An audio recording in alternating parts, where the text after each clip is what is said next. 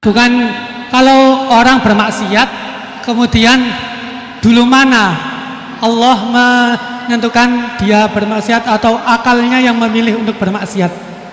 Itu pertanyaan yang pertama. Bismillahirrahmanirrahim. Assalamualaikum warahmatullahi wabarakatuh.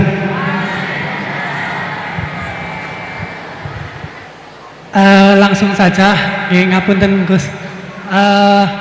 Di sini ada beberapa pertanyaan yang agak masih grundel di hati gitu. Soalnya belum dapat jawaban. Yang pertama mengenai dari tadi penjelasan dari Gusti Allah menciptakan hamba di dunia ini, ada yang taat dan ada yang suka bermaksiat gitu. Mengenai takdir Allah Subhanahu wa Ta'ala, Allah menciptakan hamba-hambanya dengan variasi yang berbeda. Kemudian manusia diciptakan dengan dibekali dengan akal untuk membedakan dari setan dan juga malaikat. Kemudian pertanyaan saya, dulu mana Gus antara takdir yang ditentukan oleh Allah atau pilihan akal kita gitu. Begitu intinya. Soalnya kan bukan kalau orang bermaksiat kemudian dulu mana Allah menentukan dia bermaksiat atau akalnya yang memilih untuk bermaksiat. Itu pertanyaan yang pertama. Untuk pertanyaan yang kedua, ngapunten. Untuk pertanyaan yang kedua, intinya kan tadi istihad daripada ulama itu menentukan hukum yang berbeda-beda. Terus kemudian kita sebagai yang hanya tabik saja mengikut, itu bolehkah? Kan dari kata guru saya, kalau hukum fikih itu yang ringan-ringan disebarkan nggak apa-apa. Tapi yang berat-berat dipakai sendiri gitu. Tapi biasanya kan kita kebalikan. Yang ringan-ringan soalnya kita tahu ilmunya, kita yang pakai. Terus kalau ada orang yang tanya, biasanya kita yang kasih jawaban yang berat-berat daripada hukum fikih.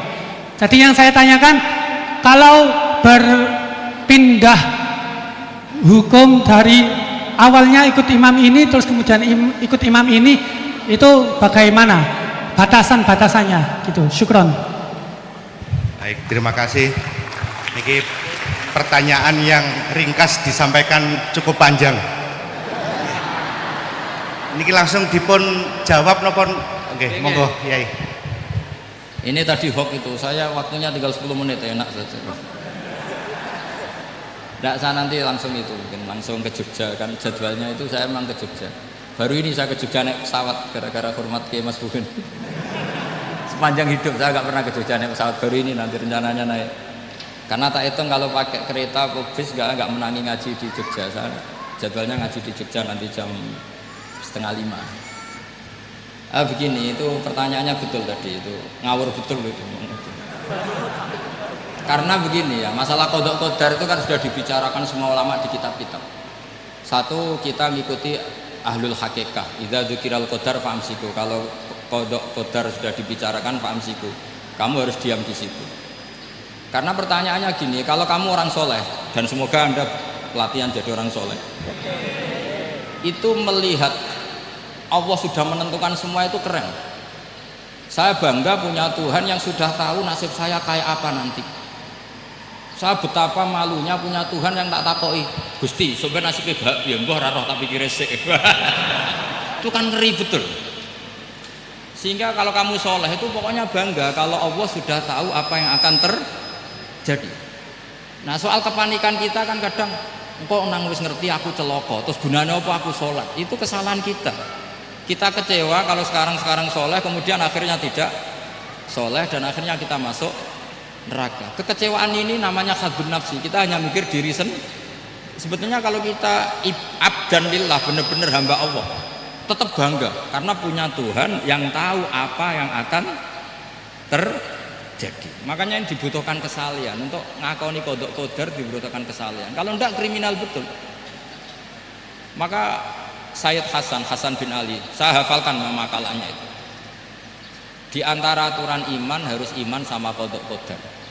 Untuk menunjukkan innahu la yuqsa qurhan wala yuhlabu qurhan, kata beliau. Supaya kita tahu bahwa Allah itu tidak dimaksiati secara terpaksa. Kamu bisa enggak bayangkan Allah ngeluh gini, sakjane aku ora seneng maksiat tapi saya bisa berbuat apa? Artinya apa? Kalau maksiat dan keburukan tidak khairihi wa syarrihi minallah, itu Allah kan kurhan.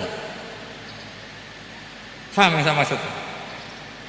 Artinya apa? Kita harus berkeyakinan khairihi wa syarrihi minallah. Tapi kita butuh syariat. Lalu setiap orang nakal berkelit kersane Allah juga masalah. Maka diteruskan makalah beliau. Waman hammala dzambahu rabbahu faqad fajar.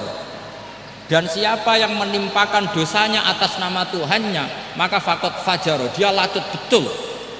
Sing zina kuwe Allah kan gak melok zina, sing maling kuwe ora melok maling. Sing beto bak-bak kuwe ora tau beto. Terus kowe muni kabeh krana Allah, itu kriminal betul. Jadi makanya orang soleh itu harus hafalannya banyak supaya niru-niru orang soleh itu. Ini kan enggak ingin soleh tapi pakai akalnya sendiri. Itu bahaya dalam agama, karena agama itu harus ada riwayat. Makanya beliau menyebut 2 kali. Siapa yang tidak meyakini khairihi wa syarrihi minallah, maka dia faqad kafar. Karena seakan-akan di dunia ini waqa'a fi mulkihi ma la yuriduhu. Kalau kamu bilang syar tidak minallah, berarti waqa'a fi mulkihi ma la yuriduhu, di kerajaannya terjadi sesuatu di luar kehendaknya. Tapi waman hammala dzambahu rabbahu faqad fajar. Orang yang menimpakan dosanya ditimpakan karena Allah, maka faqad fajar. Dia lacut betul. Allah tidak ikut maling, tidak ikut zina, tidak ikut korupsi kok. Oh, ini kehendakmu ya. Nah, kalau kamu bisa paham itu, ya sudah jadi orang soleh saja. Kalau enggak, ya pilih wa amsiku tadi apa? Sudah, tidak usah dibahas. Jadi saya mohon semua yang dengar ngaji saya ini, yang enggak tobat supaya tobat, yang sudah tobat ditambahi ilmu, karena biasanya tobat itu ya karena tidak ngerti apa-apa, semua mikir. Itu makalnya Sayyid Hasan bin Ali, cucunya Rasulullah SAW, dan itu diamini oleh semua ulama. Saya pernah ditanya seorang rektor, nggak terima dosen, nggak terima mahasiswa, rektor. Tanya, Gus, yang benar itu Jabariyah apa Qadariyah? Jawaban saya lucu, sementing soleh dulu. Kalau setelah soleh kamu nggak apa-apa, Jabariyah atau Qadariyah.